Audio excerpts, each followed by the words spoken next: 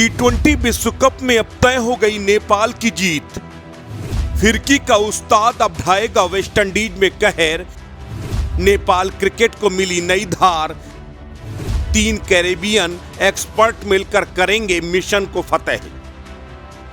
किसी ने सच कहा है, अगर आप शिद्दत से किसी चीज को चाहो तो पूरी कायनात उसे मिलाने में जुट जाती है। नेपाल ने भी क्रिकेट में बहुत मेहनत की है। पूरी शिद्दत से नेपाल के खिलाड़ियों ने टी20 विश्व कप क्रिकेट के लिए अपना पसीना बहाया है, दिन रात एक किया है। अब जब विश्व कप का समय नजदीक आता जा रहा है तो कुछ हालात ऐसे बनते जा रहे हैं, नेपाल क्रिकेट की बेहतरी की तरफ इशारा कर रहे हैं। संदीप लामिछाने का विश्व कप से पहले बरी होना, नेपाल की टी20 विश्व कप की टीम में शामिल होना, ये किसी करिश्मे से कम नहीं है। लेकिन एक अजीब इत्तेफाक भी इसके साथ जुड़ता जा रहा है। इस वक्त नेपाल क्रिकेट में 3 ऐसे चेहरे हैं जो वेस्टइंडीज की जमीन को बेहद करीब से पहचानते हैं, जिन्हें वेस्टइंडीज की आबो हवा की एक एक भनक है, जिन्हें वेस्टइंडीज में क्रिकेट की एक एक बारीकी समझ में आती है। खुशकिस्मती से तीनों नेपाल के पास हैं। ऐसे में टी20 विश्व कप से पहले नेपाल के लिए ये किसी संजीवनी से कम नहीं होगा। अब आपको बताते हैं कि पहले वो 3 चेहरे हैं कौन, फिर उनका वेस्टइंडीज से कनेक्शन बताएंगे। नेपाल टीम के senior coach Monty Desai, Nepal team के कंसल्टिंग बॉलिंग कोच रॉड्रिगो एस्टवेक और संदीप लामिछाने। अब आप कहेंगे कि भला मोंटी देसाई और संदीप लामिछाने का वेस्टइंडीज से क्या कनेक्शन, तो हम आपको पूरी खबर तफसील से बताएंगे। लेकिन पहले आप समझ लीजिए कि नेपाल के बॉलिंग कंसल्टेंट रॉड्रिग एस्टवेक वेस्टइंडीज के ही शानदार खिलाड़ी रहे हैं। 62 साल के रॉड्रिग ऑरविले वेस्टइंडीज की बारबाडोस की टीम से लंबे समय तक खेलते रहे।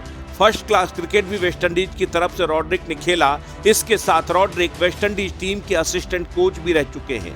अंडर 19 टीम को भी 2013 में रॉड्रिग ने कोचिंग दी। ऐसे में वेस्टइंडीज की जमीन, वेस्टइंडीज की पिचों और वेस्टइंडीज में चुनौतियों के बारे में रॉड्रिग बेहतर तरीके से जानते हैं।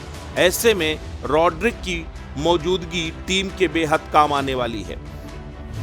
नेपाल राष्ट्रीय टीम के सीनियर कोच मोंटी देसाई का भी वेस्टइंडीज के साथ गहरा नाता है।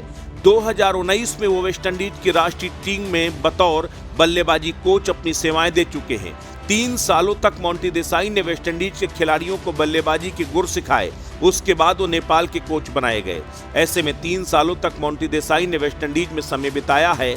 उन्हें बेहतर मालूम है कि वेस्टइंडीज की कंडीशन कैसी है, नेपाल की ताकत और कमजोरी क्या है। ऐसे में इस विश्व कप में मोंटी देसाई का अनुभव बेहद काम आने वाला है। अब बात नेपाल के फिरकी गेंदबाज संदीप लामिछाने की जाए तो संदीप लामिछाने एकमात्र ऐसे गेंदबाज है या फिर नेपाली खिलाड़ी हैं जिन्हें वेस्टइंडीज में खेलने का अच्छा अनुभव है, क्योंकि संदीप कैरेबियन प्रीमियर लीग यानी सीपीएल में खेल चुके हैं। और जब संदीप लामिछाने पर रेप का आरोप लगा तब संदीप वेस्टइंडीज में ही थे और कैरेबियाई प्रीमियर लीग में जमैका के लिए खेल रहे थे।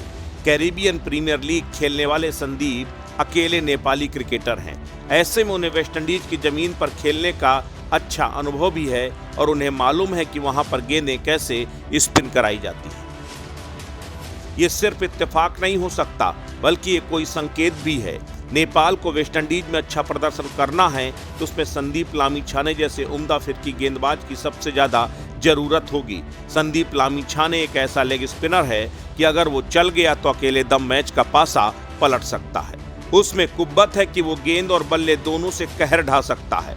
सबसे बड़ी बात यह है कि संदीप लामिछाने की टीम में मौजूदगी ही टीम का मनोबल बढ़ाने वाली होती है। ऐसे में वेस्टइंडीज में नेपाल टीम का प्रदर्शन संदीप लामिछाने की फिरकी पर निर्भर करेगा। अस्तित्व न्यूज के लिए ब्यूरो रिपोर्ट।